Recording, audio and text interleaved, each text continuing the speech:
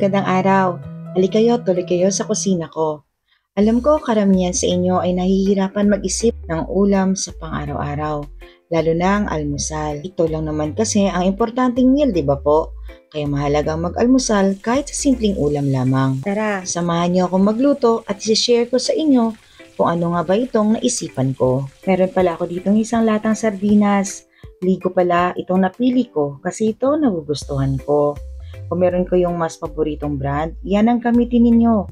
Ihiwalay nyo lang ang kanyang sauce sa kanyang laman kasi ang laman lamang ang ating kakailanganin dito. Itatabi natin ng sauce para mamaya kasi masarap itong iulam lalo na pag mainit ang kanin. Dudurugin natin ang laman ng sardinas gamit ang tinidor.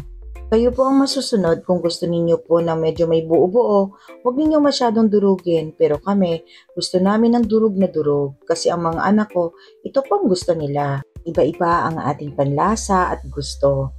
Kaya ang luto ko, kain ko. Ang luto ninyo ay kain ninyo. Kaya kayo po ang masusunod. Para sa isang latang sardinas, 4 na itlog po ang kakailanganin natin dito.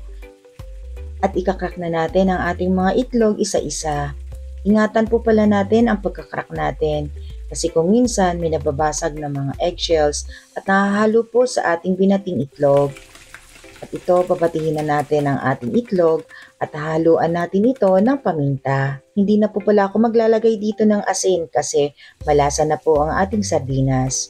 Pero kung gusto ninyo ng maalat, magdagdag kayo ng asin. O kahit anong gusto ninyong panlasa, nasa sa inyo po yun. At ito, sisimutin ko lamang itong aking nadurog na sardinas.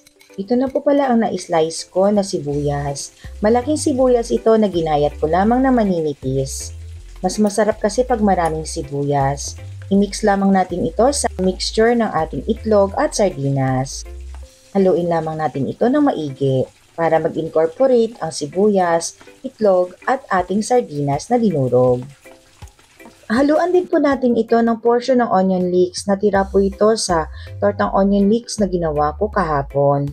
Lagi po kasi kami dito nagtotorta ng onion leeks or kung minsan sibuyas dahon po. Kung ano lang po ang meron. Paborito kasi ito ng aking mga anak. At ito nga po pala, may nakalimutan ako. Pagpasensyahan nyo na. 1 kalahating kutsarang cornstarch o harina. Tunawin ninyo ito sa mixture ng itlog at sardinas ninyo. Nang kaunti lamang. I-mix na maigi para walang buo-buo ang inyong harina o cornstarch. At ito, ihalo natin ito sa ating mixture. At i-mix na maigi para maghalo ang ating harina sa itlog at sardinas. Umpisa na natin ang ating pagluluto. Pinainit ko na ang ating pan. Naglagay ako dito ng kaunting mantika sa ating pan. At dahil marami itong ating sardinas at itlog na mixture, hahatiin ko ito sa 2. Ibuhos natin ito ng dahan-dahan at haluin ng bahagya.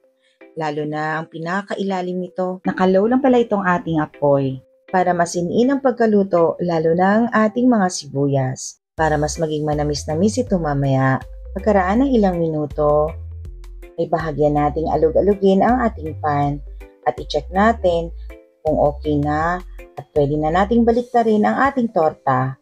At dahil nagla-light brown na ang edges ng ating torta, ay atin na itong baliktarin. Magdahan-dahan sa pagbaliktad.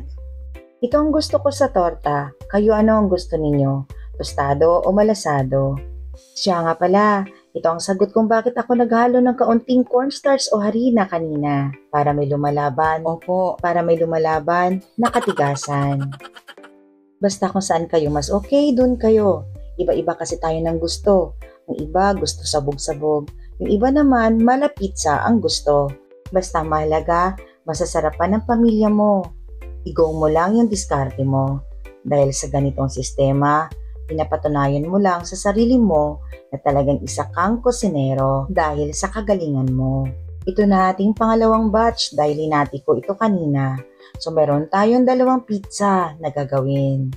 At ito halo-haloin natin ulit para maluto ng maigi ang ating ibang mga parte ng sibuyas.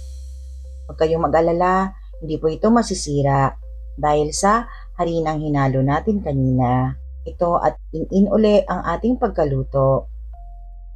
Gaya ng sinabi ko, diskartihan mo ang ihahain mo sa pamilya mo sa araw-araw. Yung masasarap at masustansya na sa kaunting halaga at katipiran dahil sa hirap ng buhay ay maihahain mo sa kanila.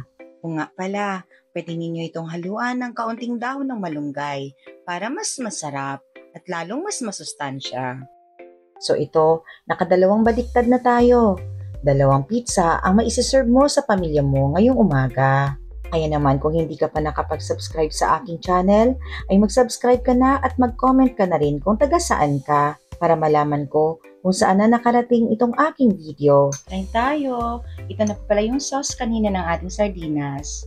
So paano? Hanggang dito na lang. Salamat sa panonood ninyo. Hanggang sa susunod. Love you all! Bye-bye!